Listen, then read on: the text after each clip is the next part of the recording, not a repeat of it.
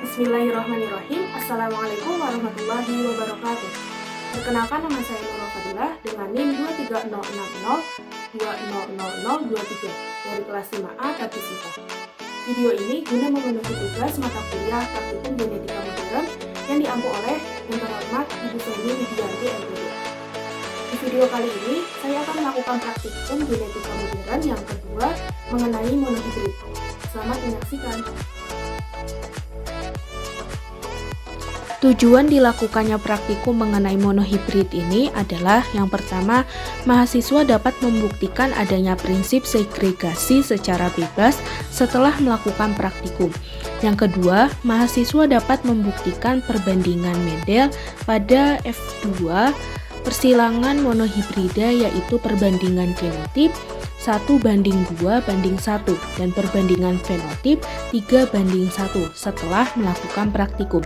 Yang ketiga, mahasiswa dapat menggunakan C² dalam analisis genetika Mendel setelah melakukan praktikum, di mana monohibrid adalah persilangan antar dua individu dengan spesies yang sama tetapi memiliki suatu sifat yang berbeda.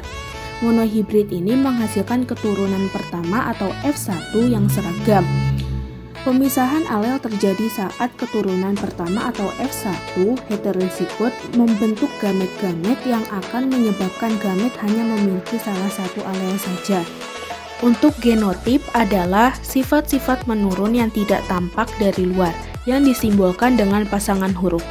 Menurut hukum Mendel, perbandingan genotip yaitu 1:2:1, sedangkan fenotip adalah sifat menurun yang tampak dari luar. Untuk perbandingannya yaitu 3:1.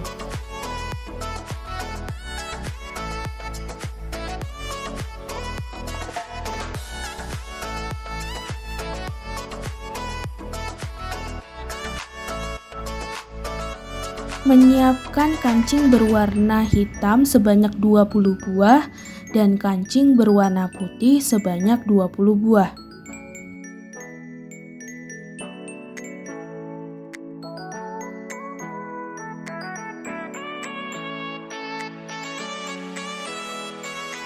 Langkah kedua, menentukan simbol dan sifat warna kancing dengan membuat bagan persilangan monohibrid. Dimulai dari parental 1 dengan jantan yang memiliki genotip H besar dan fenotipnya yaitu hitam. Kemudian disilangkan dengan betina yang memiliki genotip H kecil dan fenotipnya yaitu putih.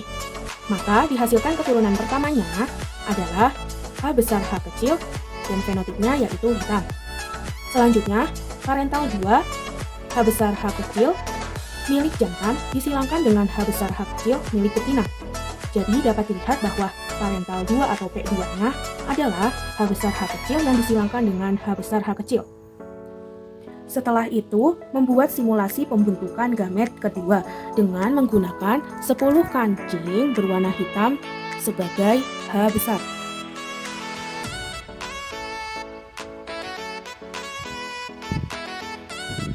Dan 10 kancing berwarna putih sebagai H kecil.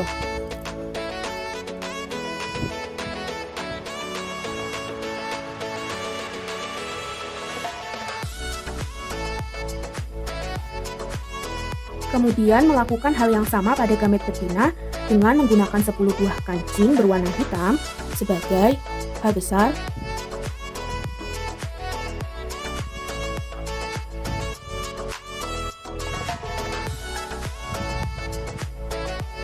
dan 10 buah kancing berwarna putih sebagai H kecil.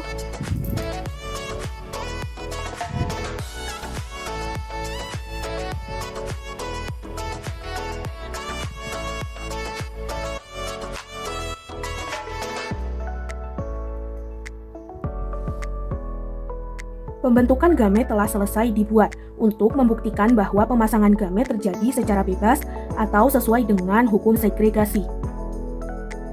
Sebanyak 20 buah kancing dengan dua warna yang berbeda dimasukkan ke dalam kantong A. Dan 20 buah kancing dengan dua warna yang berbeda dimasukkan ke dalam kantong B. Dilanjutkan dengan mengotok atau mengaduknya. mengambil satu pasang kancing dari kantong A dan kantong B sampai habis dan mencatat hasilnya.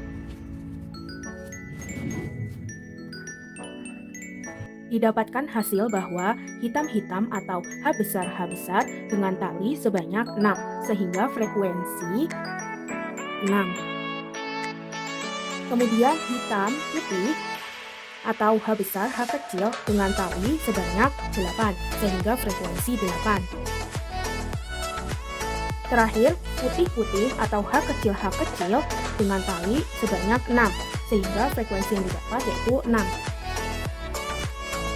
Jika ditotal, menghasilkan 20. Langkah kelima menganalisis dengan uji Cik kuadrat. Diawali dengan tabel perbandingan genotip menurut uji X2 atau uji Cik kuadrat 1:2:1. Perlu diketahui terlebih dahulu bahwa O adalah observasi atau pengamatan, E adalah expected atau harapan, dan D adalah deviasi. Untuk O, H besar yaitu 6, H besar H kecil yaitu 8, dan H kecil yaitu 6. Untuk E atau expected ada H besar yaitu 5, H besar H kecil yaitu 10, dan H kecil yaitu 5.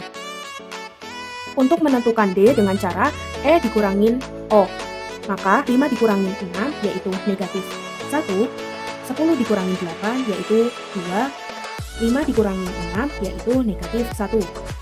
Untuk koreksi D dengan mengubah negatif menjadi positif sehingga negatif 1 menjadi 1, 2 tetap menjadi 2, negatif 1 menjadi 1. Kemudian D pangkat 2. Untuk H besar yaitu 1, untuk H besar H kecil yaitu 4, dan H kecil yaitu 1. Dan D2 dibagi E, maka 1 dibagi 5 yaitu 0,2, kemudian 4 dibagi 10 yaitu 0,4, dan 1 dibagi 5 yaitu 0,2. Jika di total menjadi 0,8. Jadi didapat bahwa X2 itu kurang dari X2 tabel perbandingan genotip, di mana X2 hitung yaitu 0,8, kurang dari X2 tabel perbandingan genotip diketahui bahwa 5,99. Maka hipotesis diterima, yang artinya simulasi sesuai dengan teori. Dilanjutkan dengan tabel perbandingan fenotip menurut uji X2 atau uji Cik kuadrat 3:1. Nah, untuk O atau observasi pada H besar dan H besar H kecil yaitu 6 ditambah 8 sehingga 14. Kemudian H kecil yaitu 6. Untuk expected atau E pada H besar dan H besar H kecil yaitu berbeda dengan perbandingan genotip. 15 untuk H kecil yaitu 5. Untuk menentukan D sama dengan cara E dikurangin O, maka 15 dikurangi 14 yaitu 1, dan 5 dikurangi 6 yaitu negatif 1. Untuk koreksi D juga sama, yang negatif diubah menjadi positif, sehingga 1 tetap menjadi 1, negatif 1 menjadi 1. D pangkat 2, sehingga H besar dan H besar H kecil 1, kemudian H kecil yaitu 1. Selanjutnya D pangkat 2 dibagi E, maka 1 dibagi 15. yaitu 0,067. Selanjutnya, 1 dibagi 5, yaitu 0,2. Jika ditotal menghasilkan 0,267.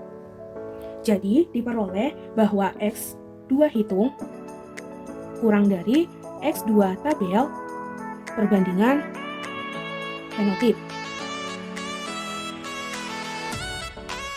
di mana X2 hitung yaitu 0,267. Kurang dari X2 tabel perbandingan fenotip diketahui bahwa 3,84. Maka, hipotesis diterima. Yang artinya simulasi sesuai dengan teori.